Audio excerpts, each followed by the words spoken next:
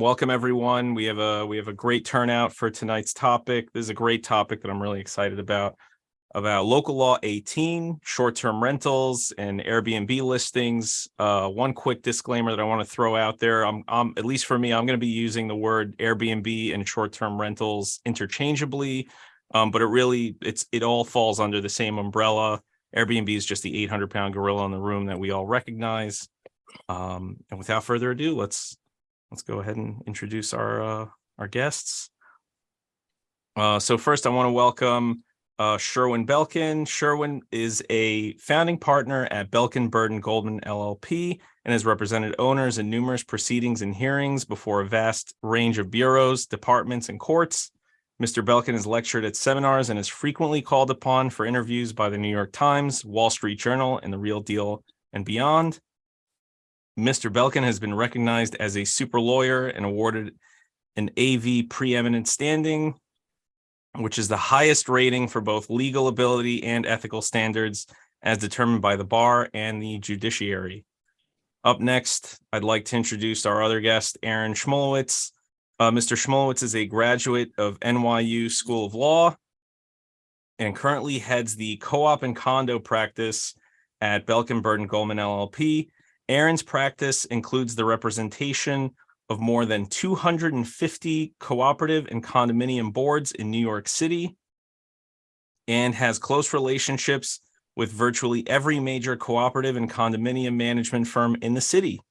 Mr. Schmulewitz is recognized as one of the leading experts in cooperative and condominium field and is regularly quoted and featured in various publications and news outlets. And then I have also my colleague, Andy Light, who's a senior vice president of operations at AKAM. And then myself, I'm just a vice president of business development at AKAM as well. So just to give everyone an agenda for tonight's presentation, we're going to give some background and some statistics about the short-term rental market in New York City, as well as Airbnb. An overview of the New York State, New York City short-term renting rules that are recently being implemented, and the effect of local law 18 on short-term renting in New York City as a whole, as well as the impact on cooperatives and condominiums specifically, and what boards and managing agents should consider. And then we're going to wrap up with best practices for handling short-term rentals, at least how we at AKAM handle them. And then we're going to try to get to some of the Q&A. There is a Q&A box at the bottom. We encourage anyone who has a burning question to chime in. One quick disclaimer, this webinar is not intended as legal advice. This is just going to be for informational purposes only. Our goal at the end of this is that everyone who attends walks away with an understanding, general understanding of the law, of local law 18, what's new, how it affects them, how it affects their building community, etc. And that's it. Yeah, let's get on to the statistics. Just so that everyone has an idea of how big of an issue this is, or how big Airbnb is in New York City. New York City is actually Airbnb's third largest market worldwide, behind London and Paris. Airbnb currently has 23,526 full apartments in New York City that are available for rent, 41,000 listings total currently as of today. Approximately 9,294 of those listings are rented for 200 plus nights a year. So these are apartments that are fully Airbnb. No one really lives in them other than Airbnb guests. These, again, 200 nights per year. That's full time. And then of those listings, Airbnb listings go on for on average $236 per night in New York City. And all this data is courtesy of InsideAirbnb.com. And again, just to give everyone who's attending some perspective on some context as to what these stats mean, what how big is total available rentals right now. This is actually data that I pulled from StreetEasy as of January 2023. There's currently 28,980 apartments available for rent in the total 5 boroughs. So just to give you some perspective, there's 23,000 apartments available on Airbnb, 23,000 apartments on Airbnb, 28,000 total available for rent on Street Easy, available to New York City local and dwellings available to locals. So now I'm gonna pass it on to my colleague Sherwin. If you could just give us some background as far as, I guess, give us a definition. What is a short-term rental? Explain local law 18. What's new, and yeah, take it away. Sure. Thank you, Gil, and thanks to AKAM for putting this together and inviting Aaron and I to participate. We're talking about both state law and city local law. So in New York State, you have the multiple dwelling law. It applies to multiple dwellings. That's buildings with 3 units or more. As a general rule, one cannot rent an apartment for less than 30 days. That's a short-term rental. That's illegal. There is an exception to that. If the host is a permanent resident, that means someone who has occupied the apartment for 30 days or more, and occupies with the guests, the Airbnb folks entering into the unit, that becomes a legal short-term rental. Now we have local law 18 that has just come into effect. Local law 18 applies in New York City and puts more restrictions on short-term rental than the state law does. So it deals with the exception to the state law. Even where the host is a permanent resident and is in co-occupancy with the folks renting via Airbnb or some other platform, in order for this short-term rental to be legal, the host of the platform needs to register this unit with the City Office of Special Enforcement. All sorts of information needs to be provided, including evidence that this is a permanent residence of the host and that there will be an occupancy. So first of all, you have the registration requirement. Secondly, and this may be even more important, owners are allowed to sign up to ban these short-term rentals in their buildings. And if an owner signs up on the banning list, a host will not be able to register. The two registrations will interface. So the result of local law 18 as it impacts the state law is in New York City, it's likely, very likely, to reduce the available supply of units to Airbnb, to Verbo via this registration process. That was a great summary. Thank you, Sherwin. Sure.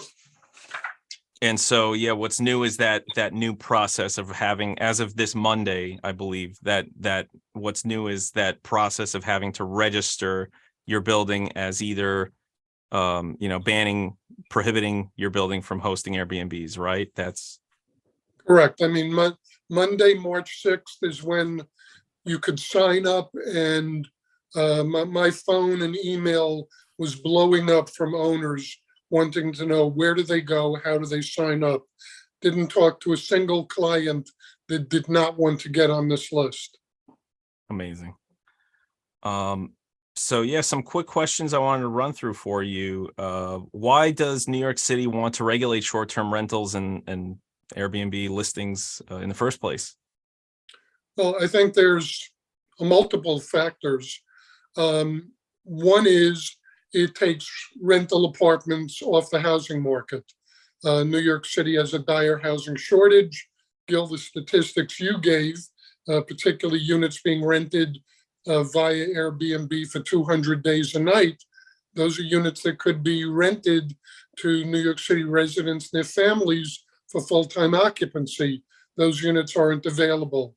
As we'll talk about later, I think tenants assume that owners vet their neighbors.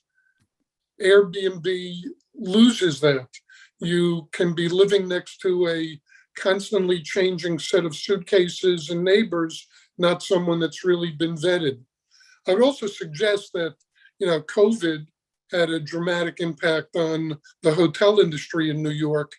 Airbnb is a competitor for the whole hotel industry, and certainly the number of units that are rented via Airbnb in a hotel industry that's quite depressed right now really hurts that industry. Absolutely. Just to get into what if someone registers as a possible host, not prohibiting it, but rather they are registering with the OSC, what does that entitle them to do, or how does that process work? That entitles them to, they will get a registration number that entitles them, if assuming they are not on the ban the building list, it entitles them to rent for less than 30 days, but with two caveats. The person renting must be classified as a permanent resident, which essentially means they live there full time, and that person needs to be in occupancy with the persons that they're renting to. Ah, okay.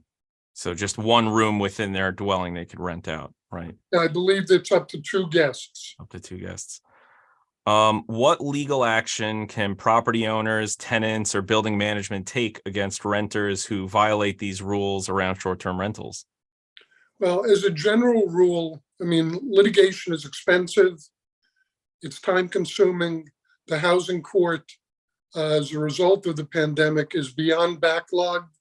I suggest that owners, as a first instance, communicate by themselves or via counsel with the tenant, with the offending person by letter, saying what you're doing is illegal. What you're doing could cause you to incur significant fines. What you're doing could cause me to evict you. Stop immediately and confirm that you've stopped. If they don't stop, the next step may be litigation. Understood. And does the hotel industry have a stance on these short-term rentals, or how does the hotel industry play into this new law? I assume the hotel industry was a major lobbyist behind this new law.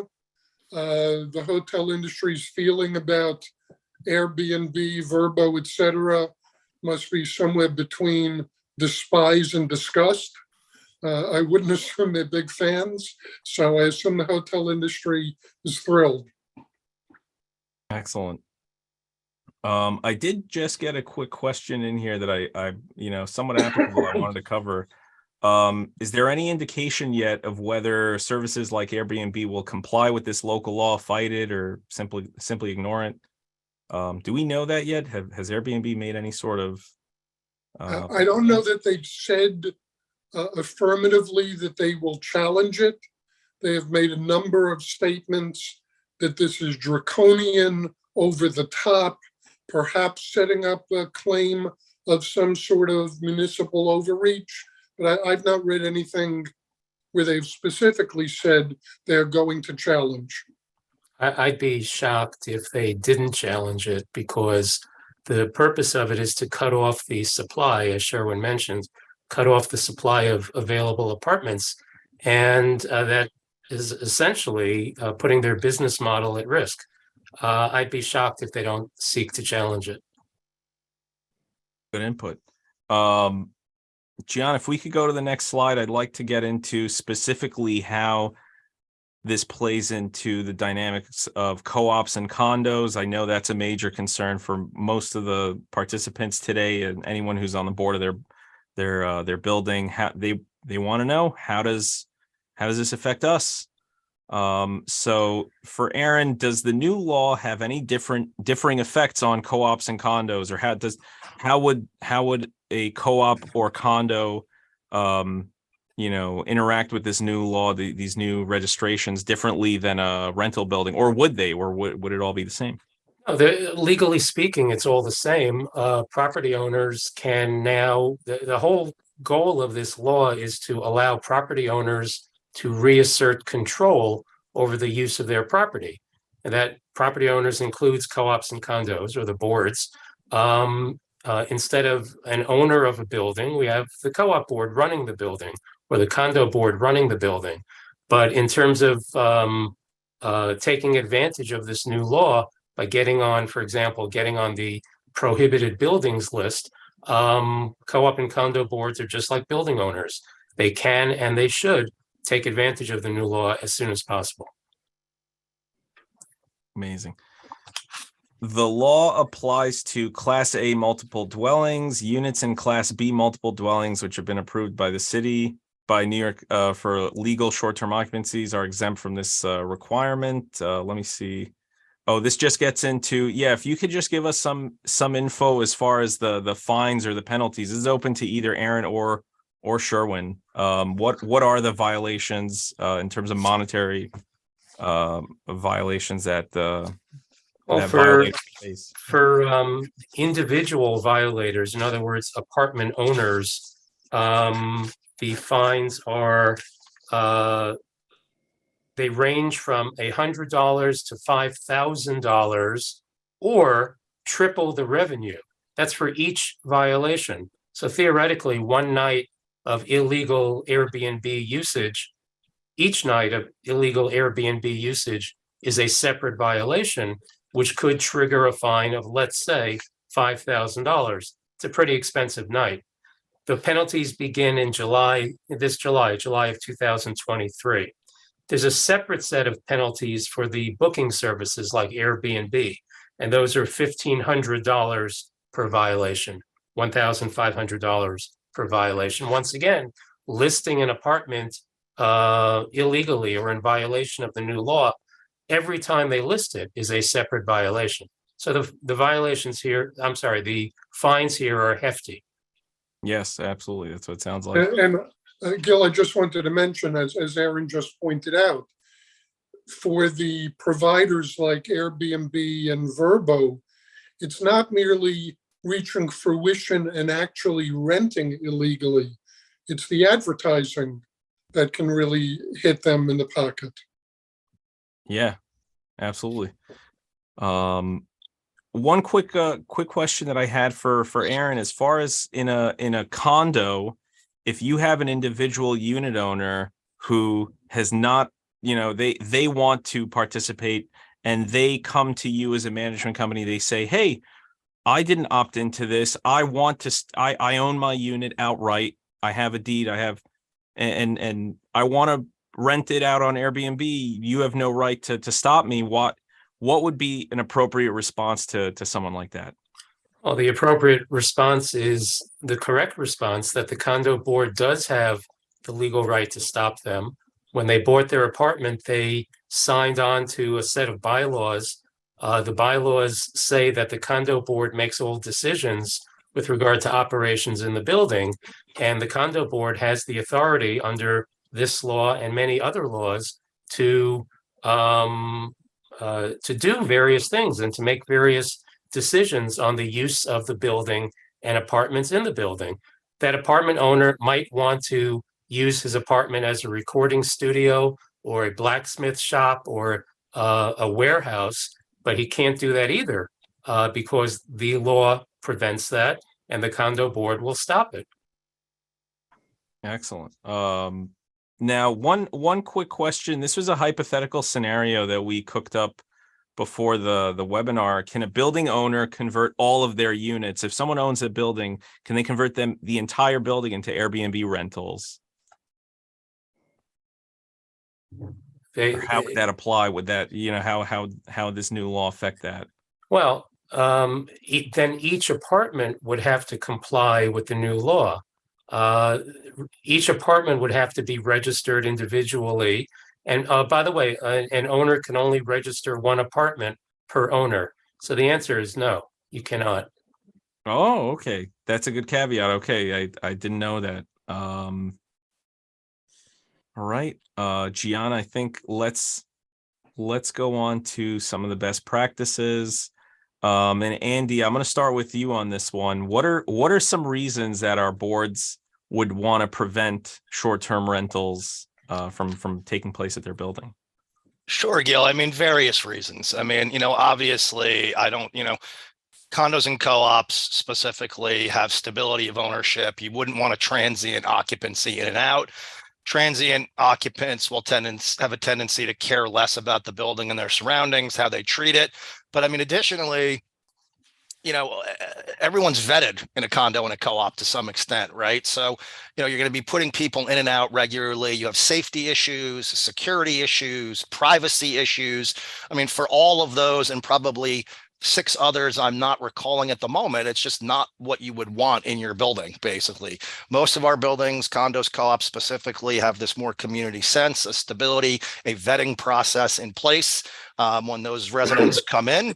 And that just is completely absent on an Airbnb short-term rental circumstance. Absolutely. Yeah, we're missing those controls. Yeah, and I would just mention those same concerns apply in rental buildings. Tenants renting apartments assume that their neighbor is a full-time resident, has been vetted by the landlord, gone through an application process, had finances and background examined, and that they're not going to have an ever-changing cast of characters around them. So it's really, I don't see a major distinction. Absolutely. And this is just going back to Aaron for a second. Someone just wants a clarification that can all apartments be banned by a co-op board? Meaning if a board elects, we're putting our building on a prohibited list, that's final, right? That applies Correct. to everyone in the building equally. Correct. The owner of the building, in this case, the co-op board, can put the building, the entire building, on the PBL, the prohibited buildings list. And that means that that building is unavailable. Nobody in that building can legally offer an apartment for a short-term rental. And much more importantly, Airbnb and booking services like it cannot offer apartments listed in that building for short-term rental, cutting off the supply. Excellent. Andy, so yeah, I just want to continue on the thread of best practices and what we do to, as far as training building staff. Yeah, I mean, look, it's all the things that you have listed on this PowerPoint slide, Gil. It's, training building staff to look out for things that are telltale signs. If someone keeps coming to a similar unit with, luggage every 7 days, I mean, clearly there's an issue. A lot of buildings are implementing visitor logs. Some are even implementing photographs on the building link system, basically. And then obviously our managers are, to the extent that they can, I mean, they can't make it a full-time job, monitoring various sites, Airbnb, Verbo, et cetera, looking for, even if an address is not listed. I mean, obviously, if you see an address, looking for photos, distinguishing characteristics, trying to determine if any of those buildings or our buildings are being advertised on these sites. And we have caught people, certainly. So it's really, a lot of it's just common sense. Again, I think most door staff concierges know who's coming into their building in a more stabilized living environment. And if they see this continued inflow of people coming in, same unit or even different units with, 4 big pieces of luggage, I mean, there's certainly a potential there. And we don't ask them to take any action, but we certainly ask them to notify management. And then, appropriate inquiries can be made on the flip side. Amazing. Now, I have some additional thoughts that we have for years suggested that our clients include a rider in their leases, residential leases, that explains what illegal short-term renting is, borrowing it from the building, making the tenant liable to indemnify the owner for any fines or expenses that are imposed. The reason being that the Department of Buildings or other enforcement agencies have always imposed the fines on the building owner, not the host. The DOB has always taken the position that jurisdiction is over the property owner. The property owner may have nothing to do with the renting, may even have tried to stop it. I'm aware of owners who have been fined up to $50,000 for situations they had nothing to do with. We've recently added to our rider to reference local law 18 to advise tenants we're on the banned building list. if you just signed up on this list, I would probably send some message around to the entire building, whether it's via email, building link, a memo advising that you are now on this list, letting tenants know what they can and cannot do, letting them understand the penalties for violation. I think that could nip a lot of violation in the bud. Excellent. This is a great question someone asked here. And I'm gonna try to get into some of the Q&A. Most boards are going to be in favor of registering on the PBL. This person in particular wants to know, are there any downsides to registering? In my opinion, no. Yeah. Period. So I would just say if the board has previously allowed co-op or condo unit owners to have, if they have a 2-bedroom apartment, to have a guest stay in their 1 bedroom, in one of the bedrooms for less than 30 days, if they've permitted that practice and they now bar that, couldn't there be some uproar in the building? Well, there's always an uproar in these buildings to begin with. That's how we make our living, Sherwin. Couldn't it be a louder uproar? It could be, but there's a difference between allowing a guest to stay with a shareholder in the apartment on the one hand, and allowing the shareholder to list the apartment on Airbnb looking for, transient occupants. That's in the way I look at it, it's the very antithesis of the permitted guest. Could there be an uproar? Yes, there could be an uproar. Boards change policies all the time, and boards often become more or less restrictive with regard to occupancy issues. I agree with you, Aaron, that there's no downside. I was just pointing out that there could be scenarios where unit owners are unhappy with this new restriction. Absolutely. So a lot of the questions I'm getting are regarding enforcement. So I'll try to reach a few of these. Practically speaking, can a board summarily evict individuals who are determined to be occupying a short-term renter? I don't know if evict is the right word there. Well, yeah. So my answer was going to be on paper, yes. In the real world, it's a lot harder. Yeah. Can you elaborate on that?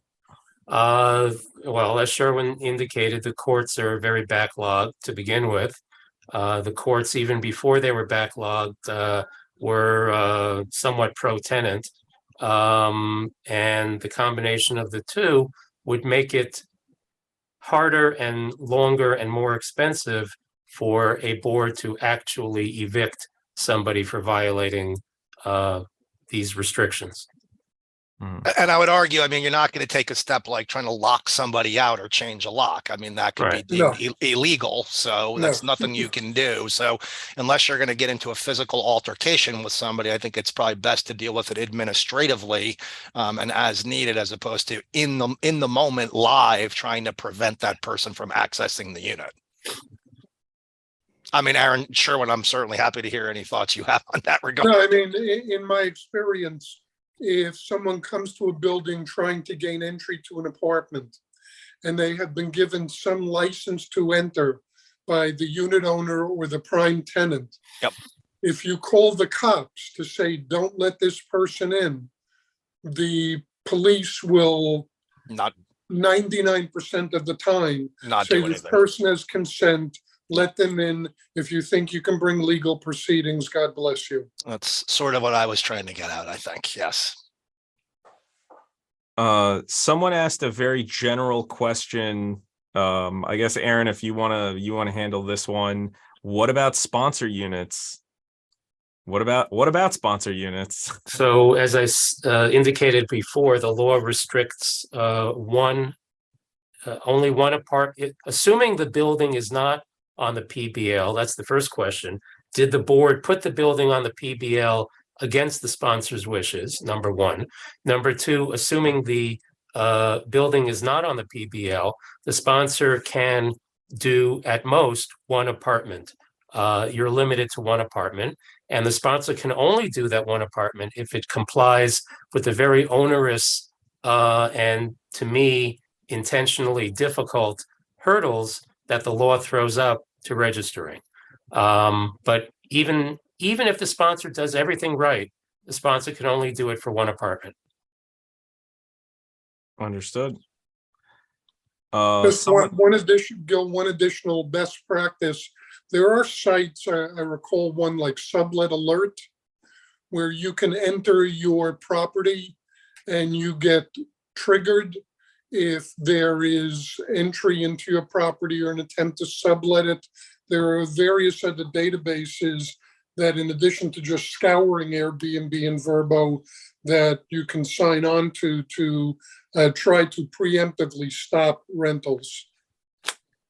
excellent plug right there. Sublet Alert. Someone asked. I don't have a piece of it.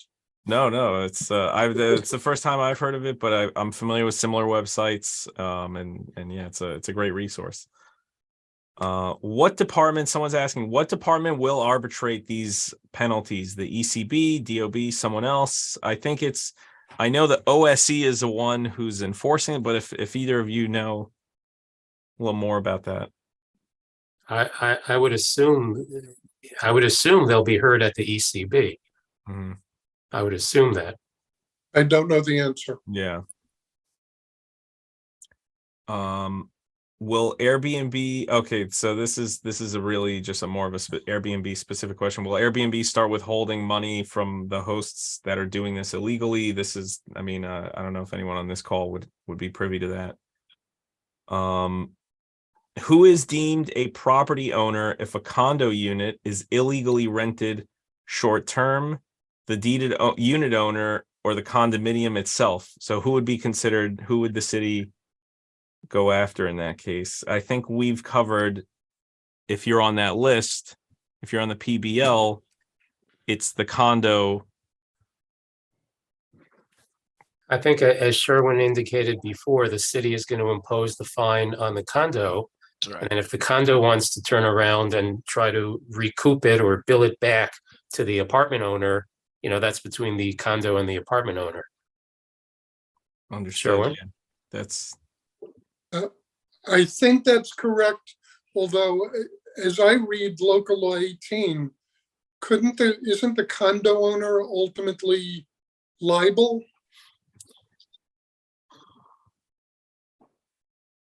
You could make that argument. Despite the fact that the actual responsible party may be the deeded owner, invariably it's likely that the building is going to get written the violation and be responsible. Which is why I suggested using a rider and other documents that make, whether it's unit owners, renters, etc., liable for any fines or penalties that are imposed, and to indemnify the building. So, just to my understanding, I want to make sure I'm on the same page with what both of you have said.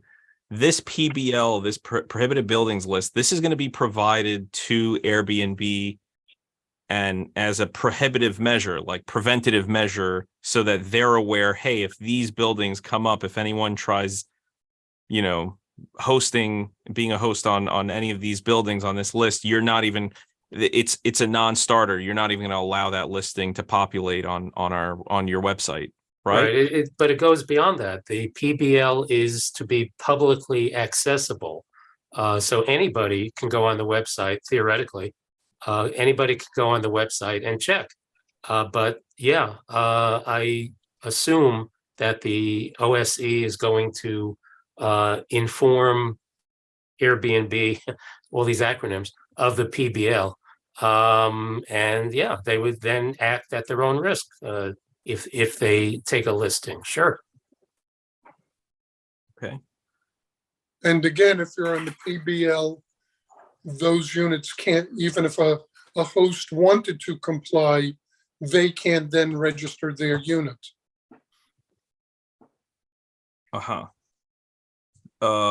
The rules. Okay, so here someone's asking an elaborate question here. The rules for the PBL state that the applicant must certify that leases for units in the building must prohibit short-term rentals. What if the leases do not provide this and it requires a supermajority to amend the form of the lease? Not So sure. I think what that question is referring to is that to register, forget the PBL, if the building is not on the PBL, and if an apartment owner or tenant wants to register his apartment to be eligible for Airbnb listing, he has to certify various things, one of which is that his lease, and neither his lease nor any other document prohibits him from renting out his apartment short term. I don't see how any apartment owner, apartment tenant can certify that because truthfully, because it wouldn't be truthful. Yeah, that's what it seems like. All right, this is an interesting question because it seems like it's sort of in a gray area. What about a midterm rental such as corporate housing? Can a condo owner rent it for such a service? These are rentals, but these are, not short term. These are above 30 days. Then it's outside the law. Then Yeah, the law doesn't address it. Yeah, That I would mean, be, it would not be prohibited by the short-term rental law. There are other laws that could potentially impact that. So if you have a building with a tax abatement, there are periods of time that apartments must be rented for. If the units are rent stabilized, there are questions about doing that. So it doesn't run afoul of the short-term rental law if the period is more than 30 days, but there are other laws that could be impacted. mhm. I'm just going through. We've got a lot of good questions here. I'm just trying to, But while you're looking, let me just throw one thing out there. please. The real property law gives every rental tenant the right to take a roommate. Any sole tenant on a lease can take a roommate. If there are multiple co-tenants on a lease, they can take a roommate, but the number of roommates plus tenants in occupancy cannot exceed the number of tenants on the lease.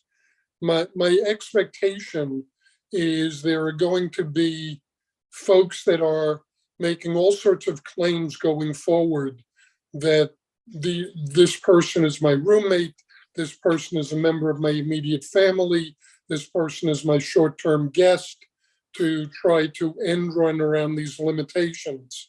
And as was pointed out before, using building staff to really vet who is coming to the building is going to become paramount. Yeah, absolutely. These are all really practical measures that a building could take. So we have two more clarification questions that I wanted to get to. Just to confirm, once a property owner adds themselves to the prohibited list, a tenant is prohibited from short-term rental even if they are present in the apartment? Yes. Correct. That's good. And then someone else is asking, is there a deadline to register by? I know that the registration didn't start until this past Monday, but is there a deadline? Is there a cap, or it's open? A board, from my perspective, a board could decide a week from now or a month from now, or there's a new election next May and the new board decides next May to do it. No, there's no time period, no time limit. Understood. Anything else while I look through the rest of the Q&A? Anything else that either one of you wanted to cover as far as what we discussed tonight? Any local law 18? Anything else regarding short-term rentals? I think we've done a pretty magnificent job. I think so too. I think we left no stone unturned. Really, there's not much else to say at this point. All right. I just want to thank all the speakers. This was a real treat. We're really spoiled with the two guest speakers that we had tonight. I know this was the topic that the timing couldn't have been better. This was something I was really looking forward to covering. It's applicable regardless of whether you're you're a condo board, you're a co-op board, or you're a landlord, a property owner, someone who, you know, just wants to keep their building residents, you know, safe and you know, and know who's coming in and out of your building. So yeah, I just wanted to thank everyone who attended, thank everyone who presented tonight. And if you have any other questions, here's everyone's contact info. Please feel free to reach out to any of us, and we'll be happy to get to your questions. All right. Thank you to AKAM for arranging this. Absolutely. Thanks so much. Of course.